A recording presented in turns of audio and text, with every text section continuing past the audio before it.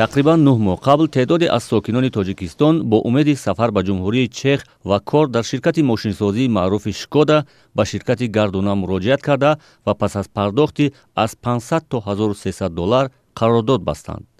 аммо то имрӯз ба ҷумҳурии чех нарафтанд ва пулашонро низ бозпас гирифта наметавонанд. масъулони ширкати гардуна ду шаҳрванди тоҷикистон ва Вацлав Скоутил шаҳрванди ҷумҳурии чех ба сокинони корҷӯи тоҷикистон ваъда карда буданд ки гурӯҳи аввал бояд 30 июни соли 2018 ба чехия сафар кунанд. 30 июн гуфтанд ки билет доданд, бронора нишон доданд, билетҳои брон настоящий набуданд. Онҳоро нишон доданд ки тақрибан 30 нафар бояд мерафтанд. баъд гуфтанд ки рафтан админит мешад, мо литсензия надорем, ҳоли литсензия мегирем. Короче, як моҳ ду моҳи дига ба баҳонаи литсензия мардума фиреб карданд. ваъдаи кор дар чехия бо маоши калон рӯз дар миён сокинони корҷӯи тоҷикистонро ба сӯи ширкати гардуна ҷалб мекард. теъдоди муштариёни ширкат ҳар рӯз меафзуд ва муштариён омода буданд ки ҳатто бо пули қарзи бонкӣ роҳхати ин ширкатро ба даст оранд. Уҷа ваъдамон карданд ки уҷа кори хубай 2800 евро то 3000 евро мегирин. Барем кор кунем, мо морем сума додем. Хемонем дар инҷа 5 моҳи пули банк дистем. ширкати гардуна бо ваъдаи барои 2 соли кор дар ҷумҳурии чех аз сокинони тоҷикистон маблағ ситонидааст.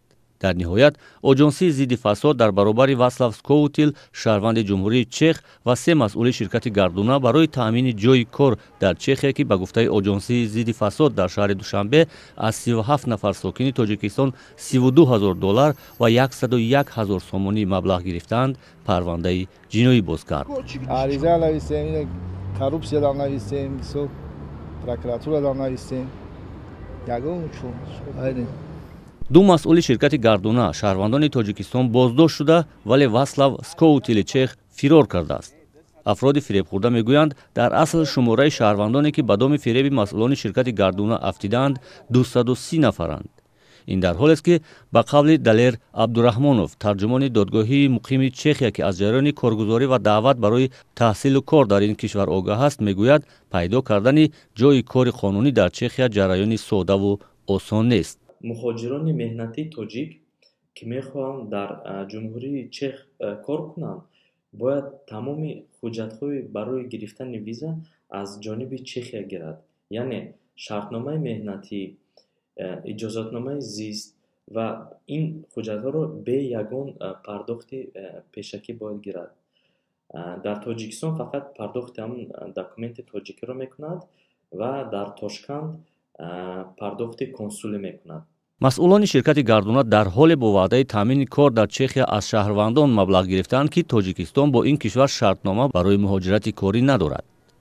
тоҷикистон феълан бо русия, қазоқистон, белорус ва қатар шартнома дар бораи таъмини ҷойи кори шаҳрвандонро ба тасвиб расондааст. Барод Юсуфӣ, Озодӣ, Душанбе.